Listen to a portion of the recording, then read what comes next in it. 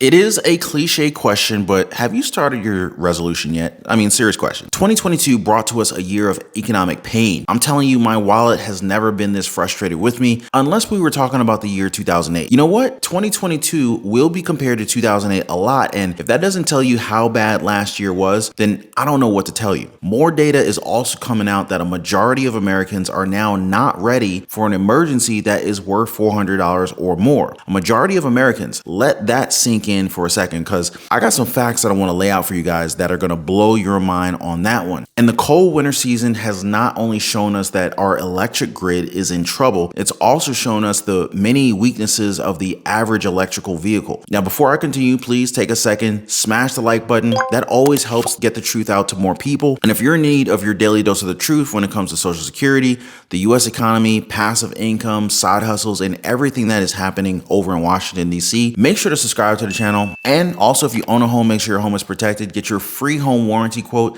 The link is in the description down below. I know this is a new year, but let's go back in time just for a second. Let's go back to around May 2019 when this article was released. It says that 40% of Americans don't have $400 in the bank for emergency expenses. Federal Reserve, end quote. That was 4 years ago? Closer to just 3, right? But then look at this one from just a few months ago. Only 40% of Americans can cover a surprise $400 expense, end quote. I mean, that's shocking to say the least. Okay, that's a ludicrous number, first of all, just to think that a majority of Americans are not ready to handle a $400 unexpected expense. I mean, what do you say to that? How ill prepared is this nation for a collapse, an economic collapse? We're going to get there, believe me. It's not going to happen in a snap. It's not going to happen overnight because it's a process. But when we get to the bottom, no one knows how long we're going to be there. Households are going to run out of lifelines. Credit cards are going to be maxed out. If not, maybe your credit card limits are slashed and more delinquencies will likely come. Staying over at your parents' house won't be enough. And since there's nothing being done to assist the people, we can only hold on for dear life. And in 2023, are we getting closer to see only 20% of Americans being able to afford an emergency? We shall see. But I understand that a lot of us are already holding on for dear life for the entire year 2022. You know how I know this? Because the National Energy Assistance Directors Association, or the NEADA, reported that almost 20 million households in the country, or 1 out of every 6 homes, are behind on their utility bills. I can't make this stuff up, guys. On average, that's about $788 per household. Jean Su, a senior attorney at the Center of Biology Diversity, had already predicted a tsunami of shutoffs. We've seen electricity spikes in 2022. Why? Because the cost of natural gas skyrocketed. And what's expected in 2023? More price hikes. The high price of nat gas and the lack of supply of it is really detrimental to a lot of other emerging and developing countries as well. I had the chance to speak with David Malpass over at the World Bank on Friday in Jackson Hole, and he was saying this is something that keeps him up at night, especially given the reliance on the fertilizer industry on nat gas. That impacts food production. Take a listen to what he said on Friday. Huge problem. We have some new numbers that will be coming out over the next month showing that rise in poverty.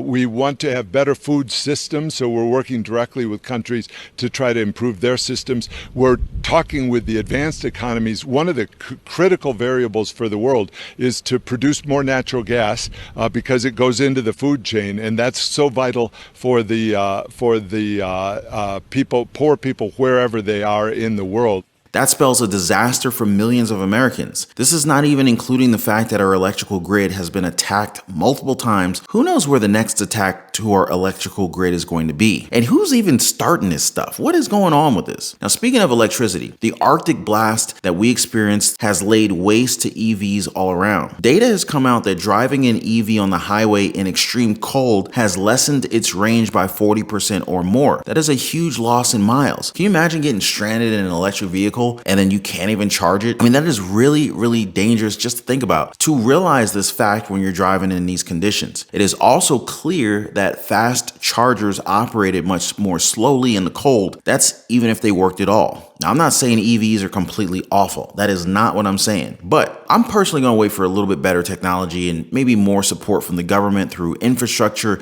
before I personally make that decision. So for many of you, this could be your first winter driving a battery-powered car.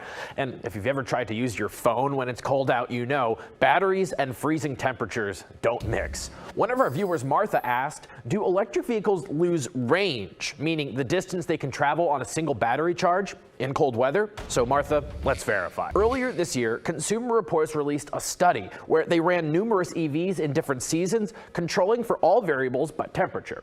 The study found that at 16 degrees Fahrenheit, the cars on average could only go about 3/4 of the distance they could travel at 65 degrees. A similar study by AAA a few years ago showed similar results. The cars back then actually performed even worse in cold weather. So we can verify, yes, electric vehicles lose range in cold weather.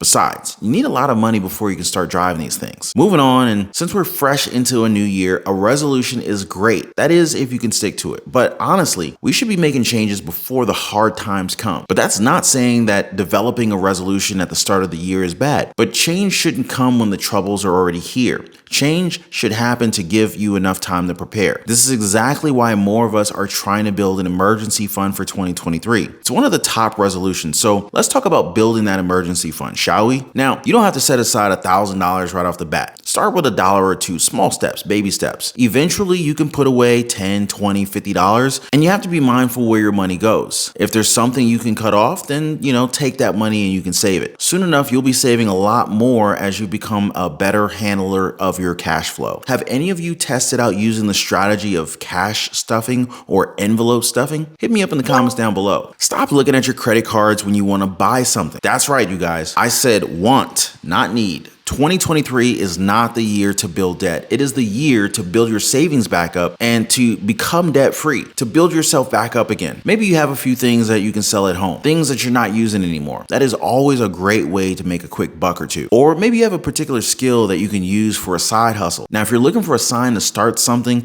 you've always wanted to start, this is your sign. Yeah, I'm talking to you with the phone in your hand. Or maybe you work part-time. There's a lot of jobs in fast food right now. It may not have benefits, but at least you make an extra $15, $20 an hour. That's not too bad if you really need the extra cash. Now, I'm sure you guys don't have a problem with your work ethic. We work hard, but there are others who just want to stay at home, play video games, swipe their cards, build a mountain of credit card debt, and then expect the working American like you and me to pay for their loans. Like, how in the world does that even make sense? This year is going to be marked with all sorts of possibilities of huge economic pain, layoffs. Layoffs are already expected and they're kind of baked into the cash flow and may become even weaker for some. Now, I'm not saying that opportunities won't present themselves, but if they do, it's only for the people who are prepared. That's a word I want you to internalize. Preparing is the key to getting out of this mess. It's not going to be easy, but it is also not impossible. Now, if any of you are interested in learning more, especially when it comes to budgeting or creating multiple streams of income through side hustles or even through small businesses to investing in the stock market or real estate, the sky is the limit as long as you're willing to learn. Now, if you said yes to any of these, then please don't hesitate to join our Patreon family community. There's a link in the description of this video. I've also included my contact details in the description, and I'm eager to help you guys win your way back to financial freedom. Now, before I go, please don't forget to drop a like for the video. Also subscribe to the channel for your daily dose of the truth. I appreciate you guys. I wish you guys better health and better days to come.